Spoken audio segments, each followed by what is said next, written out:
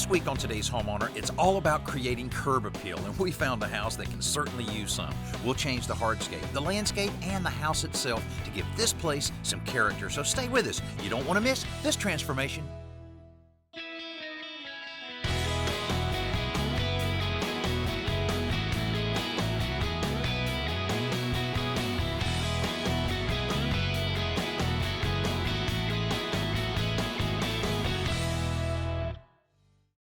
You hear the term curb appeal all the time now, and it simply means a very pleasant and inviting look when you drive up to the front of a house, just like you have when you drive up in front of this beautiful place. Now, this was quite a transformation that took place several years ago that changed the house considerably, and that's exactly what we're about to do with this house. It really needs a little care to make it a little more appealing. What we plan on doing is a whole new circular driveway, a new entryway, and a number of other things just to make it look a little more pleasant. It'll include some landscaping once all of the main part of the work is complete. Let's get this thing going right now. It's a good thing that our marking paint for the new drive is waterproof, because the sudden rain shower slows down work for a little while. But once it passes, we can continue with the removal of some trees, shrubs, and other old landscaping that'll be in the path of the new driveway. There's also an old walkway that doesn't fit into the new plan, so it has to come out too. While all this is going on, we're going to step inside for a bit and talk to the homeowner about what she hopes to accomplish here. We really wanted to start this project because we really needed some curb appeal. You know, we fell in love with the house. It really was not very attractive when we bought it, but we had a vision and, you know, thought there was some real potential out there to make it a really beautiful front. I want to see grass because we don't have any right now, and I want to have somewhere like to play in, not just the dirt, just grass. We wanted to come up with a very functional plan. We wanted to be able to park in front of the house, and we wanted a parking bay area so that you can pull up to the house, park in the parking bay, and someone could pull behind you. We thought it would be really beautiful to use asphalt because the color change from the green to the black is pretty, and we just thought it would add a lot to the front of the house. Before we get to Sally's driveway and that lawn that Lucy wants, we're going to add a little interest to the house itself by adding a new entry porch. These concrete blocks will form the perimeter of the porch, which will be filled with concrete and then eventually be covered with bricks that match the rest of the house. Because the front of the house is so flat, adding a couple columns and a small roof to shelter the door will really give this house some character. The outside of the walls will get the same bricks we're using on the porch, while the inside gets stucco. If you have a very plain, simple-looking house, you can certainly benefit from having a simple roof structure like this built over your front door. It'll serve as a focal point and a very distinctive feature, a very important element of having the right kind of curb appeal. Now, this one will look great once we have stucco here, bricks here, and then the bricks leading right out onto the driveway should look perfect. Now, if you have the right style house, you can even build a much larger front porch so that you can have your friends and neighbors all gathering around on the old front porch. But you can also achieve that same distinctive look on the front of your house by simply changing your front door. Now, when you go shopping for a front door, you're going to find three different kinds: wood, steel, and fiberglass. And while all three can be finished to resemble wood, for many homeowners, nothing beats the natural beauty and warmth of a real wood door, which is what I have here. I'm just prepping it for staining. Now, when you consider a wood door, you have to remember that you have to protect it against the elements. Now, the finish will help, but in this case, we have a head start. This door by Gelwin has an Auralast treatment. Now, that's distinctive in two ways. First, the treatment goes all the way through the woods for 100% protection against moisture, decay, and termites. Secondly, unlike other treatments, wood treatments, this one will not affect the color of the stain. So no matter what color you choose, the way it comes out of the can is what you're going to see when you're done. Now, after staining, it's really important to make sure the stain is totally dry. Then you need to apply 2, maybe 3 coats of a high-quality exterior grade clear top coat finish. While Joe finishes prepping his door, the brick masons have arrived on our project to begin wrapping the new front porch with bricks. Matching the bricks used on an older house like this is never an easy chore, but it makes all the difference in the world if you want the new construction to blend in with the old. Besides the porch, the columns, and the steps, the bricks will also be used to create 2 planters on either side of the porch along the front wall of the house. You can see that these guys have plenty of bricks to lay, so while they do that, let's check back in with Joe for this week's simple solution. When sprucing up the outside of your house, especially one with a tall gable end like this one, you're eventually going to end up working on an extension ladder. Now, it's really important to protect yourself while working on a ladder, but it's equally important to protect the house from the ladder itself, and here's why. If you take a close look at the end of the ladder, they always have some hard, sharp corners and edges, and if you don't protect them or cover them in some way, when you lean the ladder up against the house, you're going to damage the siding or scratch off the paint. So here's a really quick, simple solution that'll solve that problem. Get some carpet scraps, this happens to be an old car floor mat, and cover the ends of the ladder. And then just secure it with some duct tape. Now you want to make sure you go around here 3 or 4 times, because you don't want them slipping off. Just tear off the tape. And obviously, I'm going to cover that side as well. Okay? Now, next time you go to use the ladder, not only will it protect the siding, but also keep the ladder from sliding as easily for an extra measure of safety for you. This week, we're working to add some much-needed curb appeal to this home. The owners really love the house, but it isn't very eye-catching from the street. So we're making some changes to give it a little more character. We've extended the front porch just a few feet to break up the home's long horizontal lines and create a more formal, inviting entry point. It wasn't pretty going up, but once we started to wrap the structure with bricks, it really started to take shape, and the brick planters on each side will make a big difference. As soon as our brick masons completed all of their work on all of our raised beds, we did a little bit of cleanup and we were able to turn the project over to the landscaper who invaded the place and started putting some fresh topsoil to backfill the beds. Then he planted all these mini plants, put straw down as mulch, and really already has improved the curb appeal of this house considerably. But you know, it might seem a little premature that the landscaper's out here at this point in the project before we ever even get the driveway completed. But what he wanted to do is to minimize the amount of trips that we would have to take, foot traffic as well as all the wheelbarrow trips, to go from one side of the new driveway to this side. So putting all of this in before the driveway is in place really makes a lot of sense. Now, when you're selecting material for a driveway, pretty important decision because it dominates a lot of what you will see from the front of your house. Now, we found a way to put asphalt down and even make it look good. The first step is setting the form boards. That's right, form boards. If you've ever seen an asphalt driveway put down, you probably realize that this isn't usually part of the process.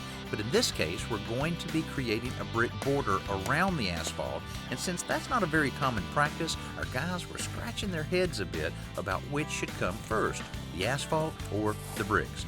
They chose the bricks, so after the forms go in, they'll pour a little concrete footing outside of them to lay the bricks on top of. When the brick masons return to lay this border, or roll-lock as it's often called, they not only add mortar beneath and between the bricks, but also between the bricks and the form boards. Alan checked in with our foreman Mark to see how everything was going. Mark, I know that one of the hurdles of adding curb appeal is, of course, finding something that's unique to a home that really sets it apart, but the driveway, as I understand it, what's the nice word, has been a challenge for you? Oh yeah, it's been a challenge in finding a contractor that wants to do the asphalt up against the brick. All of them just didn't want to do it because of the roller, and you know. Right. So we finally got an asphalt man that says he can handle it, and so we're about ready to get started. Well, how often have you seen that, guys? I'll be honest, I've seen the brick roll-lock on a cement driveway, but I've never seen it on asphalt. I've only seen it a couple times, and the guy that did do it said that the brick was done first, and that way you get a cleaner line. Instead of trying to chip the asphalt to lay the brick up against, you lay the brick, and that gets rid of all your mess, and then you lay the asphalt up against it, and it says it works out good. So the obvious question is then, how are you going to keep the asphalt off the brick? They're just going to go through there and just hand work everything. And whenever they get the roller up there, they're going to put plywood on top of this brick roll-lock to keep the roller from actually crushing it and pushing the asphalt on top of it. All right, now what are the guys up to now before they start? They're doing their final grade, about the third time because of the rain and everything, but they're doing the final grade, and here in just a little bit they're going to be laying some asphalt. Well, once they get it down, let's find out what it looks like. All right. That final grading Mark mentioned is important because the asphalt will follow the contour of the ground beneath it, and we don't want that to include any humps, bumps, or dips. When the crew is satisfied that the ground is ready, the asphalt is dumped from the delivery truck into a hopper on the paving machine to be evenly distributed over the driveway. This process makes the bulk of the paving go very quickly because it results in a smooth, even surface where the asphalt has a consistent thickness throughout. That works for most of the drive, but the machine can't quite get up next to the brick border in the curve, so the crew uses shovels and rakes to level out the asphalt and blend it in with the adjacent area laid by the machine. This is the time-consuming, labor-intensive part of the job. They also have to do some of the compacting by hand with a tamp. This is really slow work around the perimeter of a drive this size, but eventually it's ready for the roller, which completes the compacting process and begins cooling the pavement down so that it'll become stable. All right, I'll have to say, it's probably the best looking asphalt driveway I've ever seen. Well, the bricks add so much to the look of this driveway, but of course adds a little bit to the budget as well. But it's very functional in that it supports the edge of the asphalt, which has a tendency to crumble if it doesn't have something that's retaining that edge. So looks great, also very, very functional. Now, as far as maintenance on an asphalt driveway, once you install a driveway like this, you don't really have to do anything for several years, but after a few years, it'll start getting a little porous and you'll have to seal it about every 2 to 3 years. Very easy just to clean the driveway thoroughly and then correct any little cracks or little divots that you may have in the surface of the driveway, and then apply the sealer every couple years and it'll last virtually forever. You know, it's getting pretty warm out here, so why don't we head inside for our best new product of the week. You may not think an outdoor furniture set is anything new, and you're right, but there are a couple of reasons why I want to show you this one. First of all, it comes from Thomasville. They've been making home furnishings for more than a century, so I think they know what they're doing. But this is the first time they've made an outdoor line of furniture. Of course, I realize that who makes it may not be important to you, but here's something that's going to affect us all. This is the Nature's Retreat collection, and it's made with FSC certified eucalyptus and all-weather wicker. The FSC is the Forest Stewardship Council, which is an independent, not-for-profit organization dedicated to promoting responsible management of the world's forests. Using the fast-growing eucalyptus helps preserve other trees for present and future generations, and you definitely won't sacrifice style here. You've got solid wood construction and living room style for your patio or deck, and the rich espresso finish complements most decors. So go ahead and enjoy the great outdoors in style with the satisfaction of knowing that you're also helping to preserve it. Every day the curb appeal of this house is improving. The driveway is complete, all of the brickwork is in place, and as I mentioned earlier, our landscaper got out and put all of the plants in place right by the front of the house before the driveway was installed, so that we would not have to go back and forth over the driveway with wheelbarrows, foot traffic, and the equipment that he's using now. Landscape there looks great. This area is about to look just as nice. Most of this area between the drive and the street will be getting that grass that Lucy told us she wanted earlier. But before that can go down, our landscaper, Tony Seymour, has to remove all of the excess dirt left over from the grading of the driveway and smooth out the area for sod and the other planting that'll be done here. We talked to him earlier to get some tips for people who may be contemplating a landscape makeover of their own. Whether you're doing it yourself, whether you have a professional do it, it's very easy to get into a problem if you do not have a complete plan. If you decide you're going to plant one portion of your yard and at a later date decide, well, let's do this on this time of year, you need to start with a whole plan. On any given job, it has to be thought through, and if you're fortunate enough to be able to work with a gentleman also that did the hardscape in this case, I try to coordinate to where I know when he is going to be laying brick, when he is going to be pouring concrete. That allows me the opportunity to put empty pipes in under the ground, which will allow us to run from one portion of the yard to another. It is a must. You do not want to come in after this new brickwork and asphalt and try to bore underneath or actually cut across the asphalt. Preparation takes 85% of the time that we spend on a job. If it's not prepared right, yes, it may look very nice for a short period of time, but in the end result, the plant is going to be lacking what it needs to grow successfully to look like a beautiful plant. Once Tony and his crew complete their work, it's time to see how Sally and Lucy are reacting to it. Well, I'm sure you guys are happy to get rid of all the dirt and all the dozens of workers that's been occupying the front of your house here all these last few weeks. We are. We're really glad that it's over. It's been a good process, but we're glad to have it complete. Well, you had to make a lot of decisions, though. That really frustrates a lot of homeowners because you know, in a curb appeal type approach like this, there's a lot of different options. I know that you chose asphalt and then chose the border to go around. A little bit of a challenge, a little more expensive, but how do you think? How's everything working for you? I think it looks great. We're very happy with the asphalt. I like the black contrast with the green. I think the best part is that we trimmed it in brick and it really sets it off. And yeah, it kind of ties it into the house real well. It is. It just kind of completes the whole front. We're happy. Now, I know one of the things that Lucy wanted is make sure we had some grass out here and everything. So you have a lot more grass than you had before, didn't you? Yes. Well, good, good. Now, neighbors always have a few comments here and there, and they always have some recommendations on different things. What's been the response of the neighbors here? Because you're on kind of a busy street here.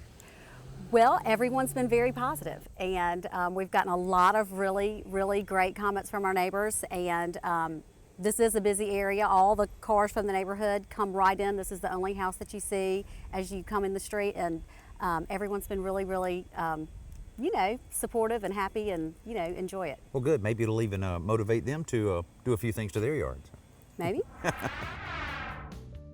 Sometimes thinking green can be taken quite literally. For example, nothing can make your yard or garden greener naturally than by using compost. You want to use a good mix of brown materials like dead leaves and greens like grass clippings, but if you really want to speed up the process, here's the secret: worms. Red worms or wigglers are perfect because they will eat and process their own body weight every day. That may sound kind of unpleasant, but it will create some of the best compost in the neighborhood. Add other things like coffee grounds, tea bags, and crushed eggshells, and mix the pile once a week to introduce oxygen and cover it up to help keep in the moisture and the heat. Within 3 months or so, you'll not only have a rich compost pile to feed your garden, but you'll have some healthy bait for the fishing hole.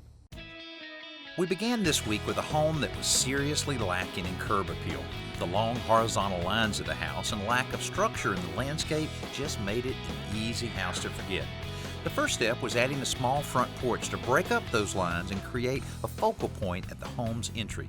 For a bit more interest, these planters were added on each side, and just so that it wouldn't get too symmetrical, we added a curved section to the lower one. The drive came next, and Sally's idea of combining asphalt with a brick border turned out beautifully, even if it was a bit of a challenge for the crew to pull off. Finally, Tony's landscape plan and execution pulled it all together.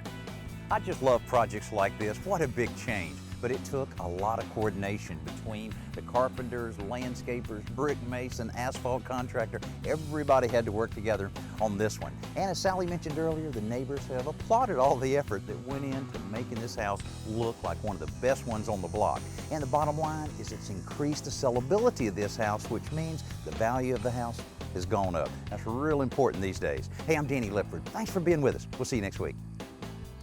Next week, it's all about developing outdoor living areas on any budget.